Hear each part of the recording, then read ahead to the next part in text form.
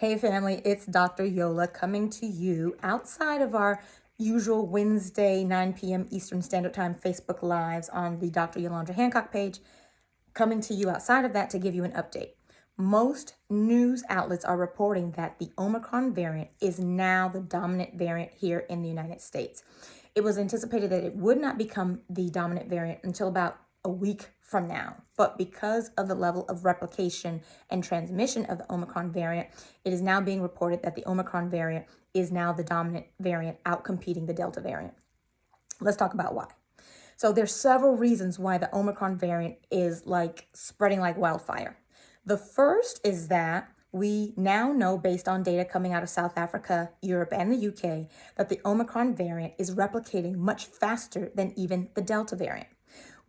There's one study that showed that it was 70 times faster in terms of its ability to replicate compared to the Delta variant. We're estimating that there is 3 times the risk of transmission associated with the Omicron variant compared to the Delta variant. If you remember back when we first started talking about the Delta variant was up to 6 times more infectious than the original COVID-19 virus. They are now within the science community comparing the Omicron variant to something very infectious like measles, where we have something called the R0, how high the infectious rate is. What we're seeing is that the Omicron variant is now the most infectious of all of the variants, and that's happening for several reasons. One, because of its rate of replication, how fast it's creating itself. 2, where the Omicron variant is causing infection. For the previous COVID-19 variants and the original, it caused a lot of infection in the lung. It would hit you in your nasopharynx, in here through your oropharynx, and then sit in the lungs and then cause all kinds of issues. What we now know, based on studies coming out of the countries I just mentioned, is that the Omicron variant likes to hang out in the upper part of your airway, right? And when that happens, and you have increased replication, that means more virus in the upper part of your airway is able to get out in your cough, in your sneeze, and even in your talking, right? The higher up, the easier it is to transmit. So we have a virus that replicates faster, that's in the upper part of our airway. That means there's more access to it getting out. And then number 3, what we now know is that the Omicron variant can escape some of our immune responses. So let's talk a little immunology real quick. The first line of defense in terms of fighting off an infection within our immune system are our neutralizing antibodies. Those are the soldiers that first show up. If you've previously been infected with COVID-19 and COVID-19 tries to get all up in your body again, the neutralizing antibodies show up and what you're not going to do is cause another infection. When you get vaccinated, what the neutralizing antibodies do is they show up and say, you're not causing infection in this body. The challenge with the Omicron variant is that it's like a key, right? And the edge of the key, consider that to be the spike protein. The lock are those antibodies. So the antibodies try to lock on to the spike protein of the Omicron variant to say, we're blocking you from infecting ourselves. The challenge is that there have been so many changes on the edge of that key that as these antibodies are trying to lock on, they don't recognize this as the spike protein that they were created to recognize and trigger the rest of the immune system to respond to. We know that with natural infection, whether it be Delta, Alpha, Beta, or the original, there have now been studies that just came out last week showing that the neutralizing antibodies for either of those infections do not recognize the spike protein on the Omicron variant. So don't get comfortable if you've had COVID before, because clearly you can get it again, right? Now we know, based on information, that there is up to a 5 times higher risk of reinfection with the Omicron variant than there was with the Delta variant. So if you've been infected before, there is a high likelihood that you can get infected again. That's number 1. The other thing with the neutralizing antibodies, especially as it relates to those of us who have been vaccinated, is that studies now show that because of the changes in the spike protein, at least for the Pfizer vaccine, that its efficacy or its effectiveness went down to 30 to 40%, and that a booster brings it back up to 70 to 80%. Again, the reason is that the neutralizing antibodies that were created because of the vaccine can no longer lock on and recognize this Omicron variant's spike protein key. But all is not lost. The good thing is that our B cells, which create more of these antibodies, start turning out a lot of antibodies, especially after we get a booster. And the more antibodies that our bodies create, the more locks we have to connect onto that spike protein to block our the availability of us getting infected. The challenge is for those of us who've only received 2 vaccines that we are at risk for breakthrough infection, which is why it is now recommended that we get that booster to take that efficacy back up to 70 to 80% so that there's a larger array of antibodies that can show up to fight off the Omicron variant. The other piece of good news is that our T cells, the biggest, baddest soldiers in the fight, are still doing what they do.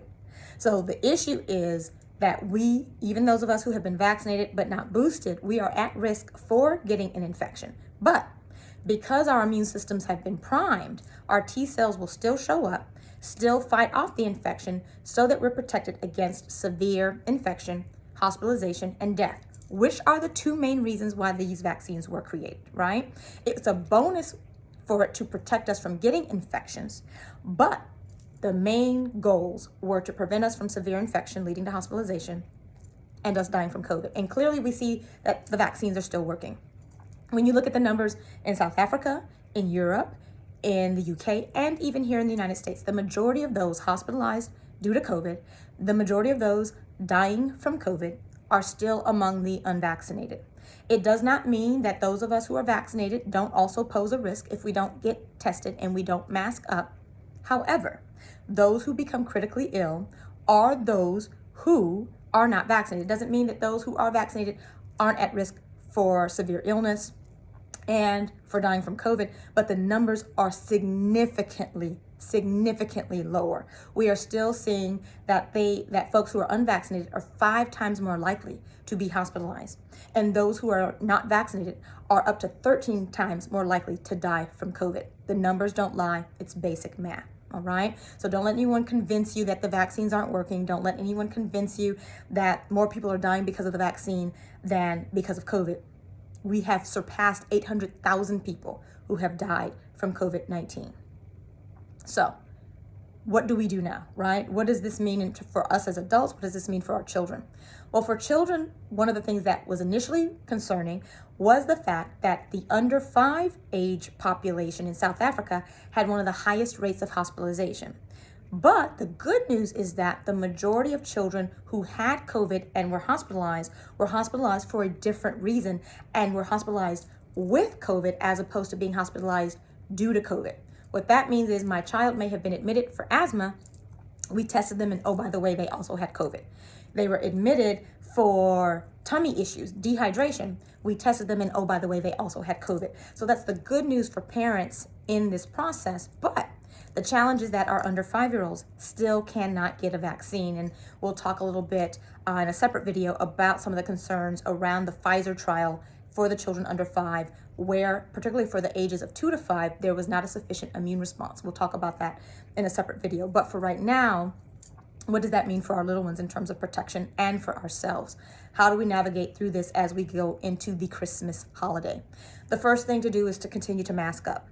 Wear your N95s or a double cloth mask in order for you to be protected. To add to that layer of protection, throw in a little filter, HEPA filter, one of those car shop towels, even a coffee filter to layer up your mask. Get your babies masked up, especially for those 2 and older where it is developmentally appropriate. The second thing to do is to test. Get yourself tested. Rapid tests are fine. Clearly PCRs are better, but at least you'll know what your status is in that moment that you are negative, right? I know sometimes they're hard to find, but commit to getting tested before you leave, within a 24-hour period, before you go to your granny's house, your uncle, aunties, whoever's. And then depending on how long you're going to stay there, you will want to get tested again within a 3-day window to make sure that you are continuing to be negative. And then when you come back, you test again within a 3 to 5 day period of time to know that you're not bringing back COVID to your family, your colleagues, your community. Test, test, test. So I want you to test up, mask up, vax up, boost up, and take care of your health, all right? Those are the things that are going to help us navigate through this peak of the pandemic. I know some of you are saying, well, Dr. Yola, they're saying that the symptoms are much milder. Why are they saying that we're going to have a tsunami? for the most part. For otherwise healthy people, what we know thus far is that with the Omicron variant, because it affects the upper part of the airway and not our lungs, we're not seeing the same level of severity in terms of symptoms. That does not mean that we're not going to see an increased amount of hospitalizations and an increased number of people who lose their lives. It's just basic math. When you increase the number of COVID cases, especially for those with chronic diseases, those who are immunocompromised, we put them at higher risk. Our seniors are put at higher risk. And based on the data that we're seeing now, even among breakthrough infections, it's our seniors who are disproportionately impacted. So I would ask each of you, if you know a senior who has been vaccinated, make sure they get their booster. If you know a senior who has not been vaccinated, I need you to buddy up and go get them their shot so that they are protected. We have to be mindful that our population here in the United States is older on average than the population in South Africa.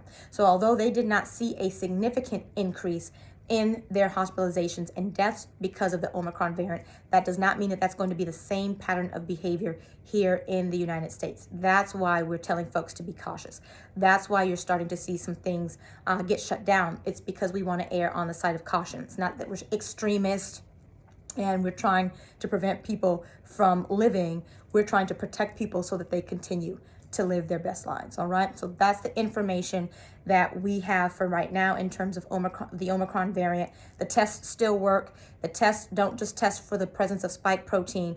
They test for other components of the virus, both in terms of antigen testing and in terms of the PCR. So it's not like the tests don't work. They do. So if you can find a test, get yourself tested before you travel, when you get there, and when you get back, to keep us protected. All right.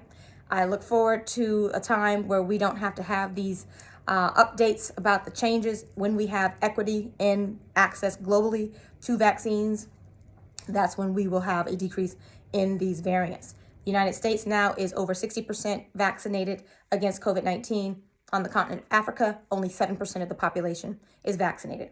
And so we have to make sure that everyone has access to the vaccine and that everyone has access to trusted information so that when the vaccine is available, they feel comfortable in getting it in the same way that we did here in this country. All right. Take care of each other. Happy holidays. I'll see you the next time I have to give an update on Wednesday at 9 p.m. Dr. Yola out.